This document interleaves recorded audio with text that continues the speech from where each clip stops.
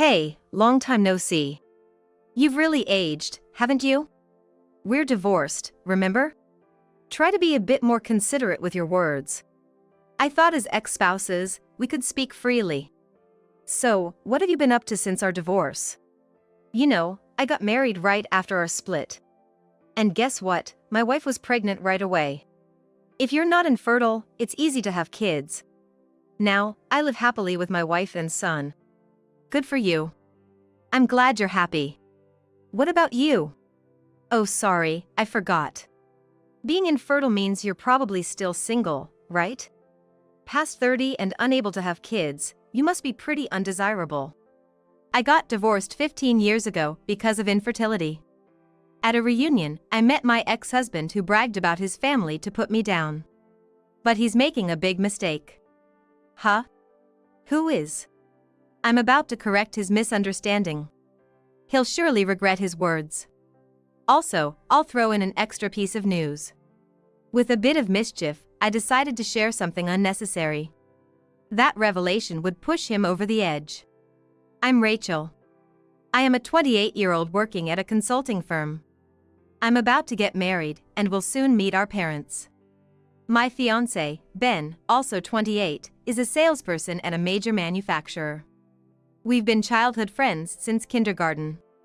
After high school, we went to different colleges, and after graduating, we got jobs and left their hometown. A few years after getting a job, we found out through social media that my workplace was nearby, and we met up for the first time in a long time since graduating.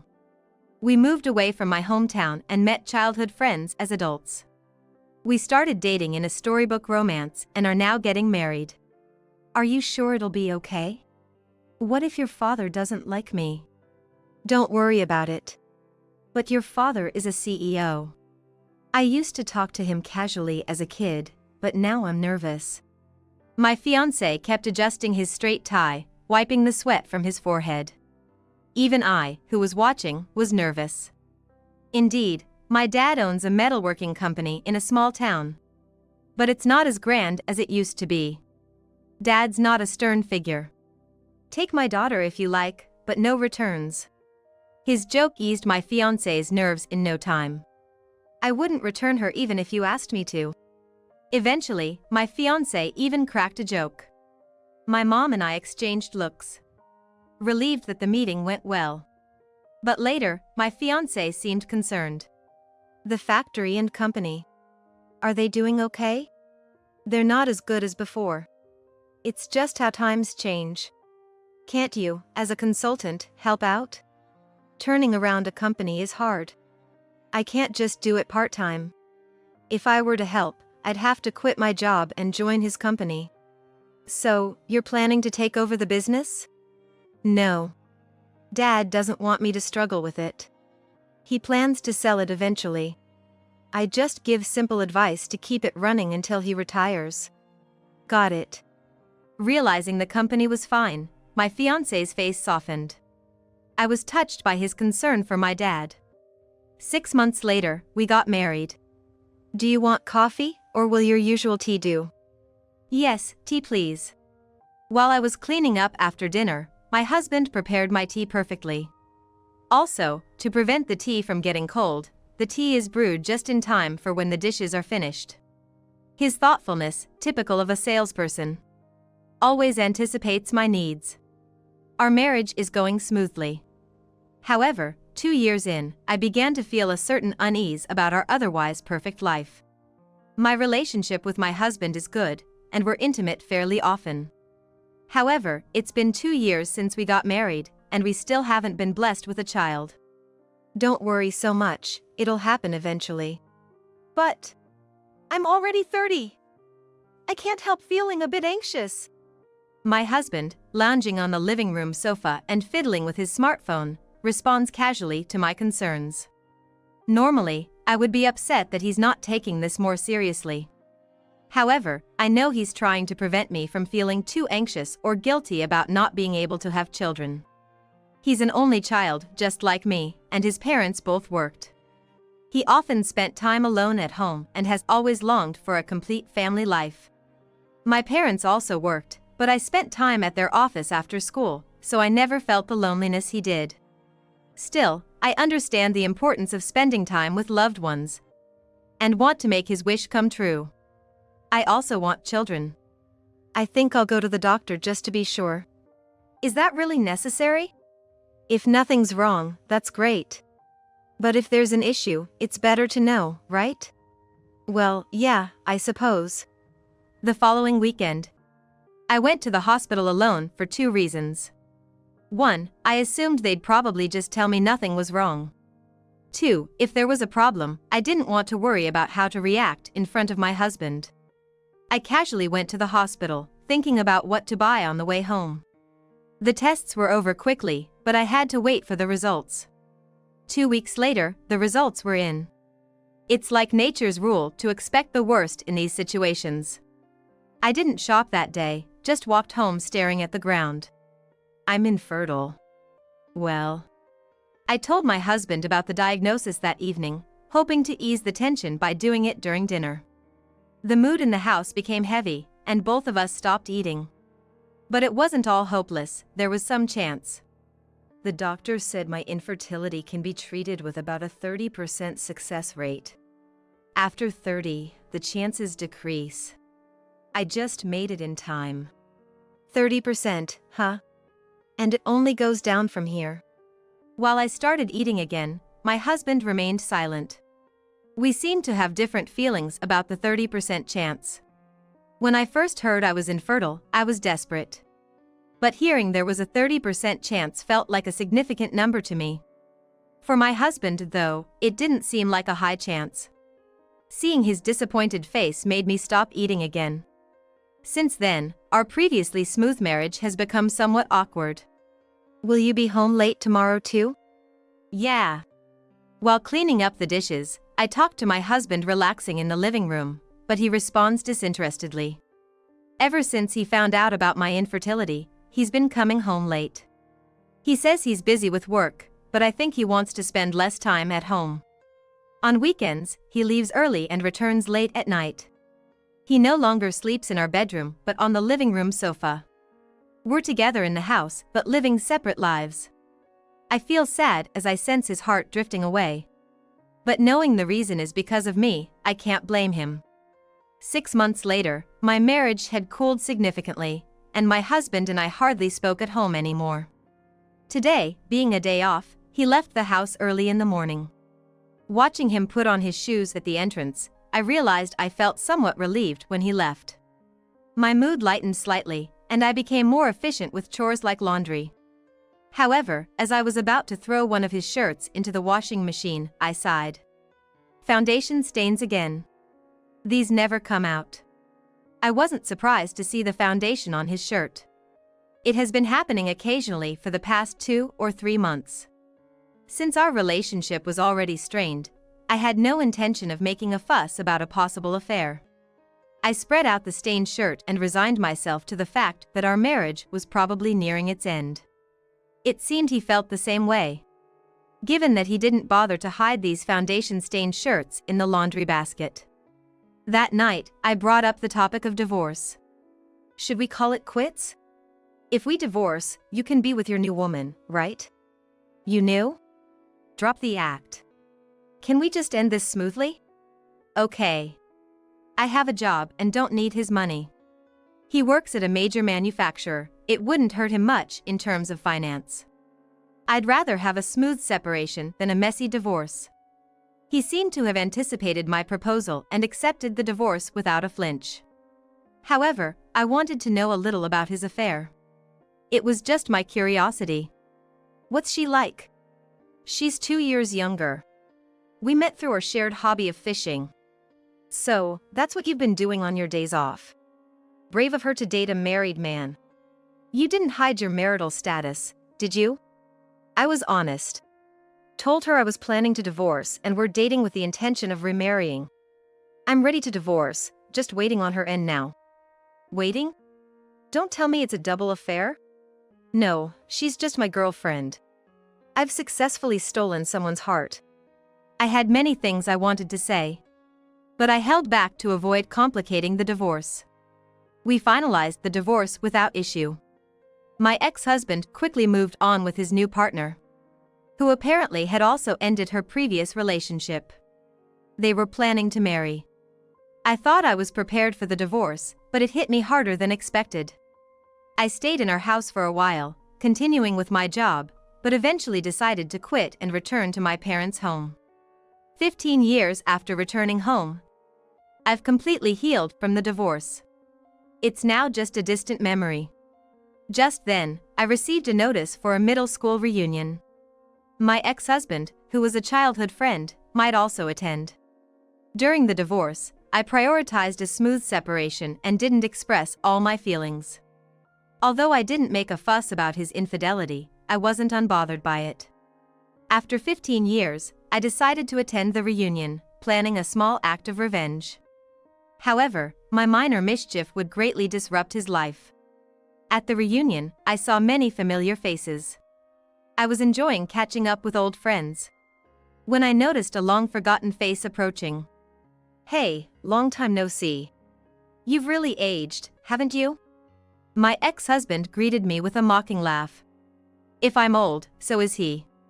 I was enjoying the conversation until he approached with a villainous smile, making our friends awkwardly distance themselves from us. "We're divorced, remember? Be a little more considerate with your words." I figured as ex-spouses, we could speak freely. "How have you been since our divorce?" As for me, I got remarried right after our split. Right after the wedding, my wife got pregnant.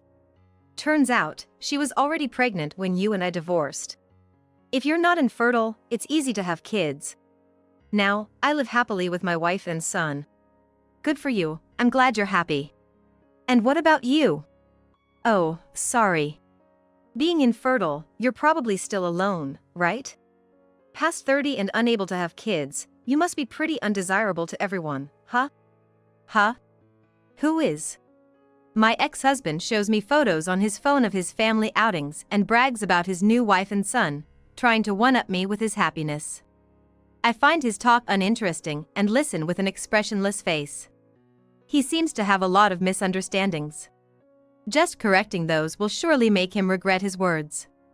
As I'm thinking about how to set him straight, a girl approaches me at just the right moment. "Mommy, I made a new friend." "That's great, sweetie. Mommy's talking to a friend right now. Can you go play with your new friend a little longer?" "Okay." She obediently runs off, full of energy. "Hey, who was that kid?" "What?" "That's my daughter. Didn't they say it was okay to bring kids today?" "Look, there are other kids around." "That's not what I mean." "Did she just call you mom?" "Yes, that's my daughter Sophia. She's 10 years old this year." "But weren't you infertile? How do you have a child?" "Oh, I get it. It's a stepchild. Is it the child of a remarried partner?" "Excuse me. Sophia is the child I gave birth to." "How?" "Infertility can be treated, you know? You just assumed it couldn't be cured." I hear soft chuckles from around us. My close friends know about my divorce and that I have a child. So, my ex-husband, who thought I couldn't have kids and tried to one-up me with his own, ended up being laughed at by our friends. He seems to realize he's the butt of the joke. "So, you have a child, which means you got married again. Congratulations." My ex-husband, embarrassed about trying and failing to one-up me with his child, turns red. Though he congratulates me, it seems more like an attempt to hide his embarrassment and appear magnanimous. "Who'd marry an old hag like you?" "Workplace romance." "Really? Still working at the consulting firm?" "No, you're out of the loop. I took over my dad's business. He's not retired yet, but he's working as the chairman now." "What? I thought you said that company was going to be sold." "I decided to take over the business when I moved back home after our divorce. It's been a tough 15 years, but now we're approaching a revenue of $60 million a year. We've moved up from a small to a medium-sized company." $60 million? My success in growing my father's company is fairly well known among local friends. My ex-husband, clueless about this, is once again the subject of chuckles from our friends. Didn't you say running a company wasn't easy? Yes, but after the divorce and quitting my job, I could fully focus on turning the company around. Growing the business was a continuous struggle. At first, employees were skeptical about me suddenly taking over. So, the first step is to actively communicate with employees and gain their trust. I spent the first 2 years building trust through communication and proved my worth through my work. It took another 3 years. During this time, I overworked myself to exhaustion, but my current husband supported me. He stood by me during my infertility treatments, and we had Sophia 10 years ago.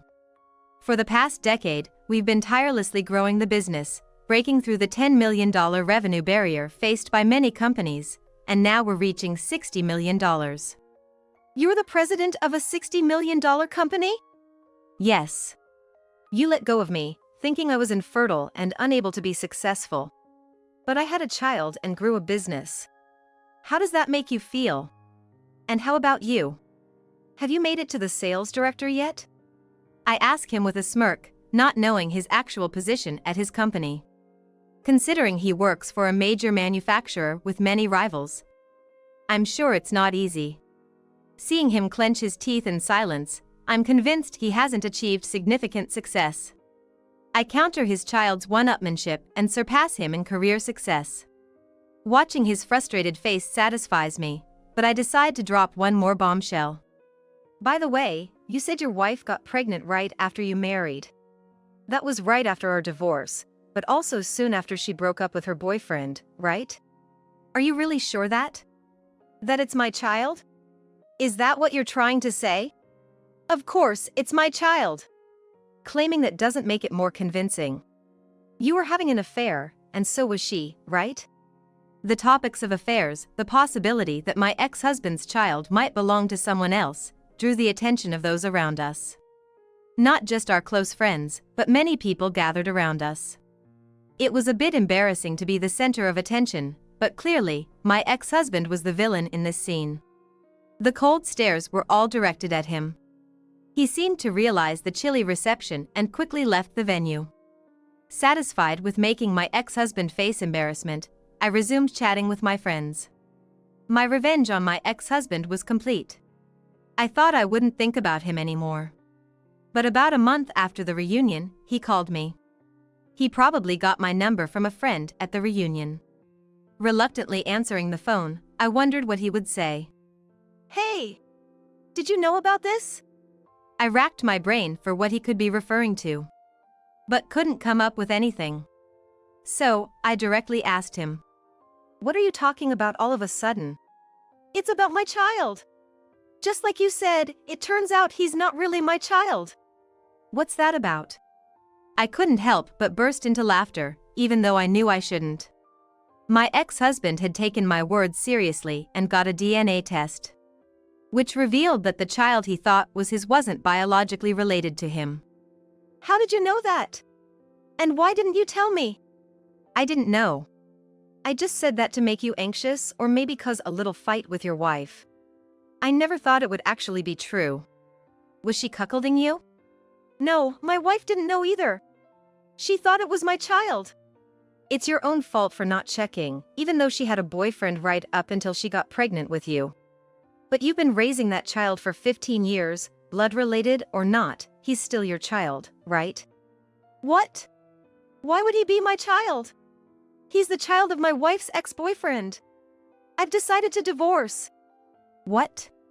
Just like when discussing divorce, there are many things I want to say to my ex-husband.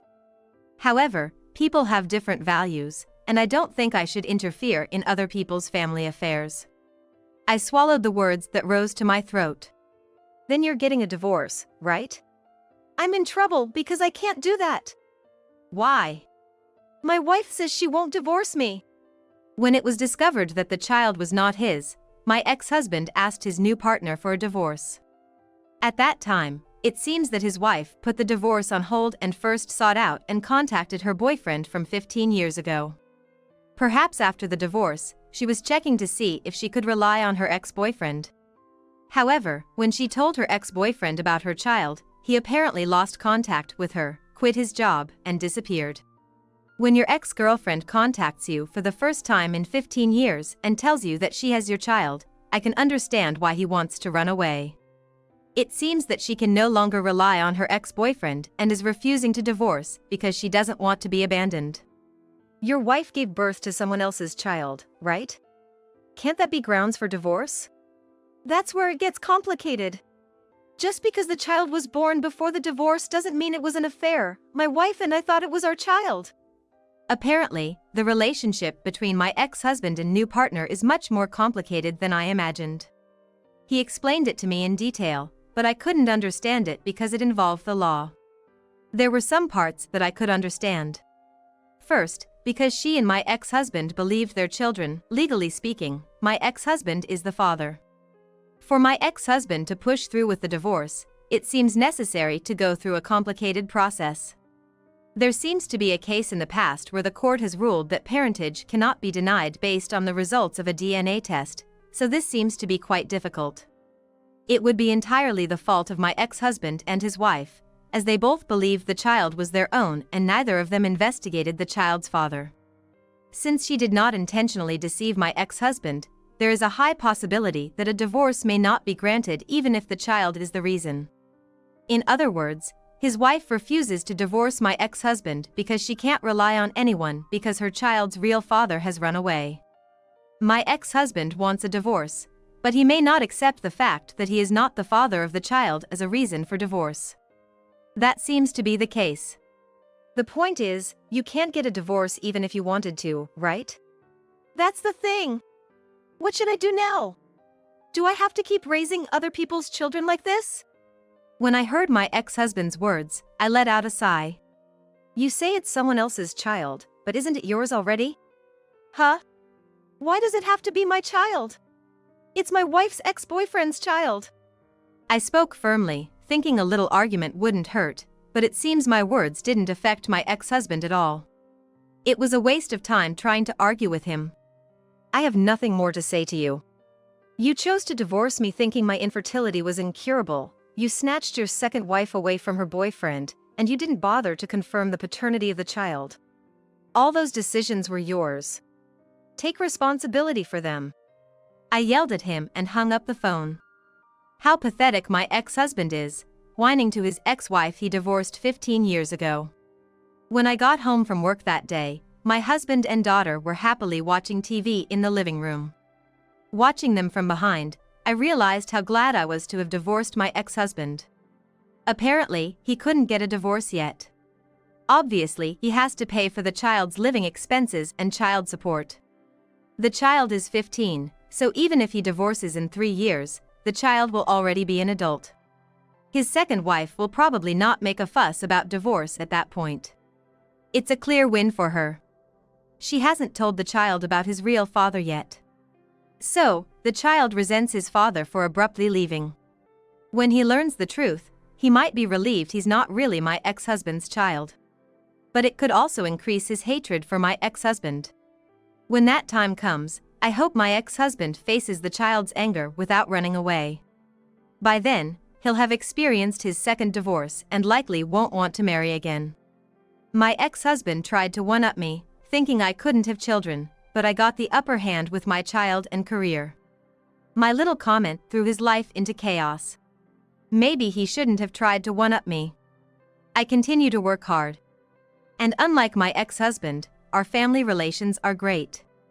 We're currently planning where to go on our next day off.